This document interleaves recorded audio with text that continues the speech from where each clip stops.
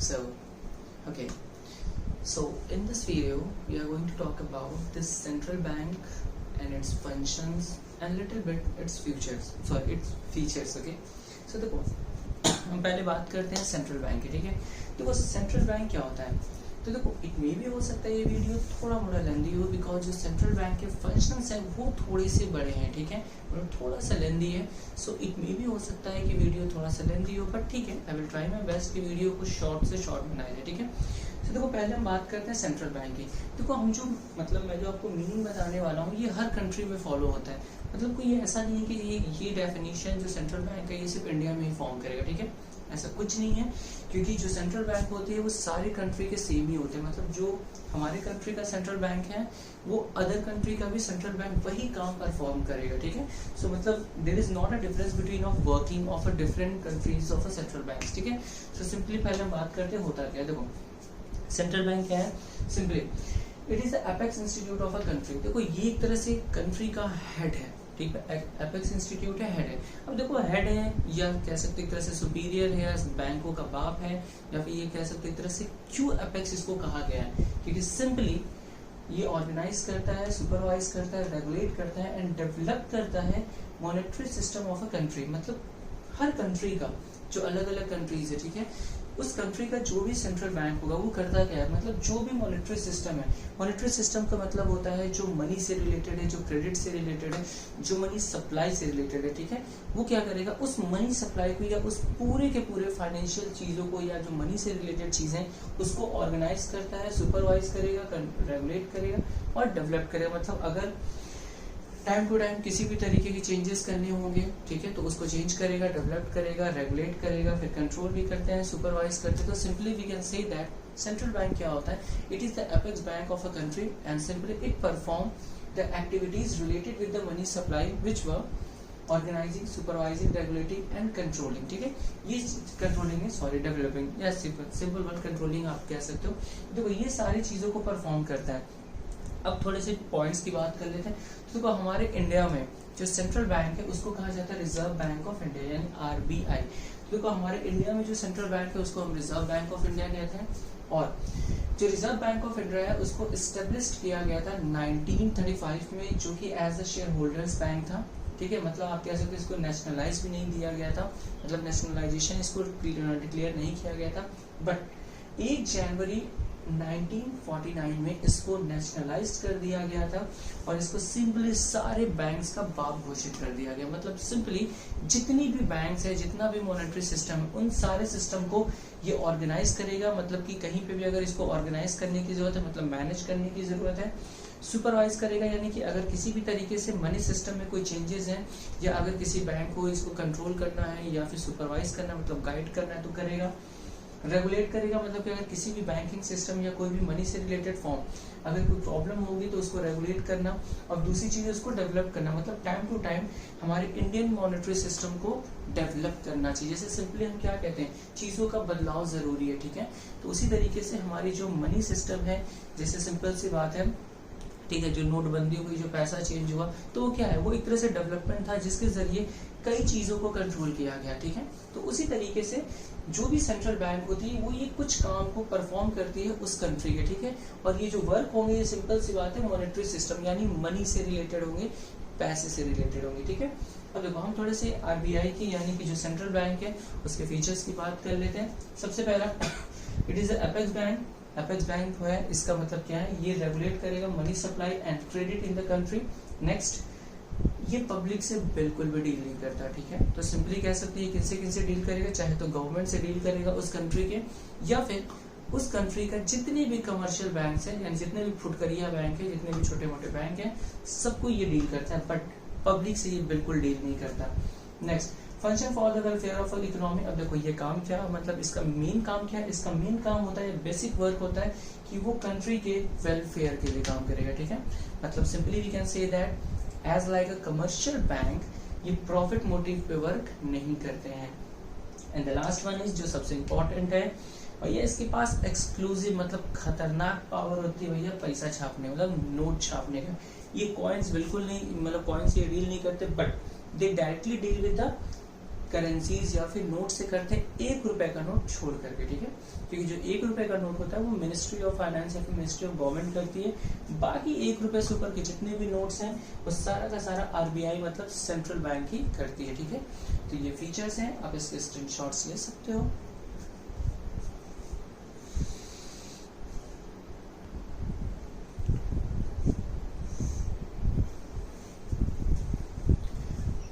Okay, now let's talk about the important functions या फिर important point of a central bank, जो कि मेरा functions of a central bank मतलब central bank क्या क्या काम करता है, ठीक है। तो देखो सबसे पहला करेंसी अथॉरिटी मतलब बैंक ऑफ अ इशू। अब देखो एज वी नो दैट जो सेंट्रल बैंक है भैया उसके पास सिंपल सी बात है पावर से पैसा छापने का, यानी जितना मन चाहे उतने पैसे कोई छाप सकता है। तो देखो सिंपल सी बात है करेंसी अथॉरिटी का मतलब क्या है, सिंपल पहला soul authority for the issue of a currency मतलब सेंट्रल बैंक एकमात्र कंट्री में ऐसा बैंक है जिसके पास सिर्फ और सिर्फ अथॉरिटी है नोट या फिर करेंसी को छापने की या फिर प्रिंट करने की।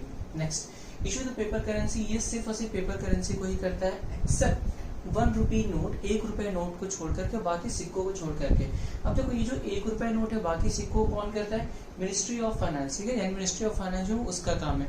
बाकी 1 रुपए के नोट और कॉइन्स को छोड़ करके जितने भी करेंसी हमारे कंट्री में है जो कि नोट के फॉर्म में है, ठीक है, 1 रुपए को छोड़ करके सारी करेंसी जो है वो छापने का काम किसका है, सेंट्रल बैंक का है, मतलब रिजर्व बैंक का है हमारे इंडिया में। Next central bank issue the currency on a minimum reserve. अब देखो ये भी चीजें हमारे मन में कई बार क्वेश्चंस आती हैं, जैसे आपने देखा होगा कि यार अगर मान लो बहुत ज्यादा महंगाई है मतलब इन्फ्लेशन है या फिर डिफ्लेशन है तो भैया हम सीधी बात क्या कहने लगते हैं गवर्नमेंट को, यार सरकार कर क्या रही है, पैसा क्यों नहीं छाप रही है, हम लोग को पैसे की कमी है तो पैसा छापे, ज्यादा से ज्यादा पैसे को डिस्ट्रीब्यूट करें। एग्जैक्टली ऐसा कुछ नहीं होता, ठीक है। देखो अगर सेंट्रल बैंक को नोट छापना है तो सेंट्रल बैंक के पास एक कंडीशन होता है। कंडीशन क्या है, simple, central bank minimum reserve यानी जो सेंट्रल बैंक है वो मिनिमम 200 करोड़ रुपए छाप सकता है, यानी 200 करोड़ तक की सेंट्रल बैंक के पास अथॉरिटी है इशू करने की। अब इसमें भी देखो कंडीशन है, पहला 115 करोड़ रुपए जो होगा वो होगा in the form of a gold, यानी सेंट्रल बैंक को अगर 200 करोड़ रुपए प्रिंट करने या छापने हैं तो उसके लिए 115 करोड़ यानी वैल्यू मार्केट वैल्यू के हिसाब से 115 करोड़ रुपए का सेंट्रल बैंक के पास गोल्ड होना चाहिए। और बाकी 85 रुपीज या जो 85 करोड़ बचे रिमेनिंग 200 करोड़ में से मतलब 85 करोड़ का गवर्नमेंट के पास एक गवर्नमेंट सिक्योरिटीज होनी चाहिए, ठीक है। तो देखो सिंपल सी बात है अगर सेंट्रल बैंक के पास अगर सिंपल सी बात है 150 यानी 115 करोड़ मतलब की वैल्यू के फॉर्म में गोल्ड और 85 करोड़ के फॉर्म में फॉरेन सिक्योरिटीज है, यानी इतना central bank as a reserve रखती है तभी जाकर के सेंट्रल बैंक 200 करोड़ छाप सकती है, ठीक है। तो ये चीजें आपको याद रखनी होगी, मतलब मिनिमम रिजर्व सेंट्रल बैंक को बना के रखना होता है। अभी मिनिमम रिजर्व क्या होता है, मिनिमम रिजर्व में सिंपल सी बात है सेंट्रल बैंक सिर्फ 200 करोड़ रुपए को ही प्रिंट कर सकती छाप सकती। उसमें भी कंडीशन क्या है, 115 करोड़ जो है वो मेरे गोल्ड के फॉर्म में सेंट्रल बैंक के पास को रखना होता है और जो 85 करोड़ से वो फॉरेन सिक्योरिटी के फॉर्म में रखना होता है, ठीक है। Now let's talk about the second function of a central bank, ठीक है, जो कि मेरा क्या है, बैंकर्स टू द गवर्नमेंट। देखो सिंपल सी बात है जैसे कमर्शियल बैंक एक कंज्यूमर के साथ परफॉर्म करता है, ठीक है, accepting deposit granting loan, in the same way central bank perform with the government, ठीक है। अब गवर्नमेंट के साथ ये क्या है, तो एकदम सिंपल सा कॉन्सेप्ट है, कुछ वैसा नहीं, पर ठीक है कुछ पॉइंट्स। पहला provide banking facility to the government, देखो ये गवर्नमेंट को बैंकिंग फैसिलिटी का काम करता है, मतलब simply we can say that whatever the facilities provided by the commercial bank to the consumers in the same way वही सारी फैसिलिटीज मतलब गवर्नमेंट को सेंट्रल बैंक प्रोवाइड करती है, ठीक है। Next accepting deposit and giving the loan, अब देखो सेंट्रल बैंक वही काम कर भैया डिपॉजिट को एक्सेप्ट करती है, लोन भी प्रोवाइड करती है, लेकिन सेंट्रल बैंक क्या करती है कमर्शियल बैंक के लिए करंट अकाउंट खोलती है, ठीक है, कोई सेविंग या कोई फिक्स नहीं, करंट अकाउंट खुलता है जिसमें उनका पैसों का लेन देन होता है। Next maintain account of a government and carry out all it's business activity. तो देखो सेंट्रल बैंक कुछ और भी चीजें क्या करता है भाई, गवर्नमेंट के सारे अकाउंट्स को मेंटेन करता है, मतलब कितना पैसे का फ्लो है, इनफ्लो है, आउटफ्लो, पूरे पैसे को रिकॉर्ड को रखता है। तो गवर्नमेंट का मतलब है सेंट्रल गवर्नमेंट, ठीक है, सेंट्रल स्टेट या लोकल जो भी गवर्नमेंट्स हमारे पास है। और नेक्स्ट है हमारा loan and advances for the temporary period. और देखो जो भी लोन एंड एडवांसेस जो सेंट्रल बैंक प्रोवाइड करता है गवर्नमेंट को वो एक टेम्परेरी पीरियड के लिए होता है, ठीक है। टेम्परेरी पीरियड का मतलब है simply short period of time, मतलब आप सिंपल कह सकते हो कि लॉन्ग पीरियड के लिए सेंट्रल बैंक कभी भी गवर्नमेंट को लोन नहीं देता है, जब भी देता है तो शॉर्ट पीरियड से देता है, ठीक है। ये दो फंक्शंस हैं।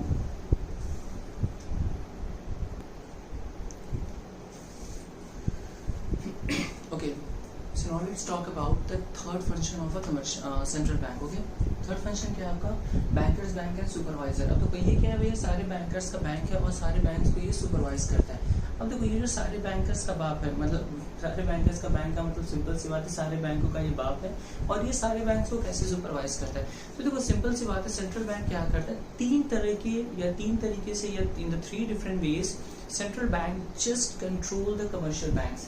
कैसे? पहला, custodian of a cash reserve. देखो सेंट्रल बैंक एकमात्र ऐसी जगह है कमर्शियल बैंक के लिए जहां पे कमर्शियल बैंक क्या करते हैं, अपने डिपॉजिट का कुछ पोर्शन जो होता है एज अ रिजर्व के तौर पे रखता है. जैसे मैंने आपको लास्ट वीडियो में या फिर एक वीडियो में मैंने आपको बताया जो कि मनी क्रिएशन या क्रेडिट क्रिएशन वाले में, इसमें हमने आपको बताया था यानी LRR यानी लीगल रिजर्व रेशियो. ठीक है, ये क्या था, जो कि कमर्शियल बैंक क्या करती है, अपने डिपॉजिट का minimum percentage of amount central bank के पास या एज अ कह सकते हो रिजर्व या फिर अपने पास रखती है. ठीक है, तो देखो वही सेम चीज है, यानी custodian of a cash reserve. मतलब सिंपल सी बात है, commercial bank keep the certain portion of the deposits, जिसको आप कहते हो CRR के फॉर्म में, विद द RBI. यानी सिंपल सी बात है, कमर्शियल बैंक अपने डिपॉजिट का कुछ पोर्शन ऑफ अमाउंट जो होता है वो एज अ सेंट्रल बैंक के पास रिजर्व के तौर पे रखती है. ठीक है, इससे इसका नाम है custodian of a cash reserve. Reserve रखती है जो कि कैश के फॉर्म में होती है. अब देखो ये पैसा जो होता है, सिंपल सी बात है, RBI क्या करती है, जब भी कमर्शियल बैंक्स को जरूरत पड़ती है, ठीक है, मान लीजिए अगर बहुत ज्यादा लोन की रिक्वायरमेंट हो गई या फिर फाइनेंशियली अगर कमर्शियल बैंक को प्रॉब्लम हो जाती है, तो यही रिजर्व जो होता है वो RBI एक तरह से उनको ट्रांसफर करती है या फिर प्रोवाइड करती है. Next, lender of the last resort. देखो lender of the last resort मतलब सिंपल सी बात है भैया, अगर मान लो कमर्शियल बैंक सारी जगह से पैसे अरेंज कर रही है और अगर उसको कहीं से नहीं हो पाता है, तो सिंपल सी बात है, सेंट्रल बैंक क्या है, एक कमर्शियल बैंक के पास लास्ट ऑप्शन बचता है जहां से कमर्शियल बैंक्स लॉन्ग टर्म जहां से commercial bank loans and advance बहुत इजीली इसको मिल जाता है. ठीक है, तो सिंपल सी बात है, if the commercial banks fail to meet their financial requirement from the other sources, यानी अगर अदर सोर्सेज से वो फेल हो जाता है, then simply central bank is the last resort, मतलब लास्ट ऑप्शन होता है जहां से उसको लोन्स एंड एडवांसेस इजीली मिल जाते हैं. अब देखो ये जो लोन्स एंड एडवांसेस है सेंट्रल बैंक किस तरीके से देगा, सिंपल सी बात है, जो कमर्शियल बैंक्स के पास, ठीक है, यानी कि जो अप्रूव्ड सिक्योरिटीज होते हैं, यानी कि जो शेयर्स हैं सिक्योरिटीज हैं, या फिर बिल्स ऑफ एक्सचेंज के फॉर्म में देता है जो कि डिस्काउंट करके देता है. मतलब सिंपल सी बात है, सेंट्रल बैंक फ्री में नहीं दे देगा. ठीक है, सेंट्रल बैंक कहेगा भैया पहले हम तुम हमें कुछ दो, हम तुमको डिस्काउंट करके कुछ पैसा डिडक्ट करके बाकी तुमको दे देते हैं ताकि आपकी रिक्वायरमेंट्स पूरी हो जाए. तो इस तरीके से सेंट्रल बैंक कमर्शियल बैंक्स को लोन्स एंड एडवांसेस प्रोवाइड करता है. Next, cleaning house.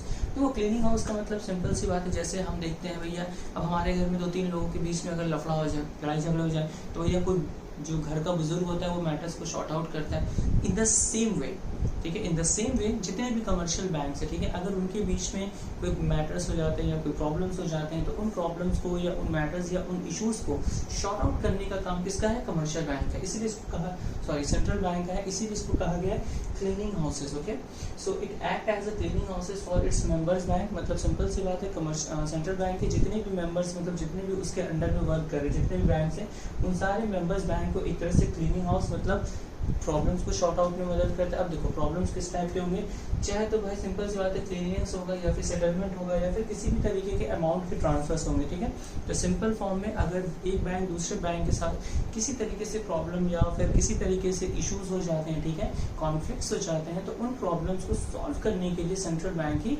एकमात्र ऑप्शन होता है. ठीक है, सो ये कुछ तरीके हैं जिसके जरिए सेंट्रल बैंक कमर्शियल बैंक्स को कह सकते हो आप कंट्रोल करता है या फिर सुपरवाइज करता है.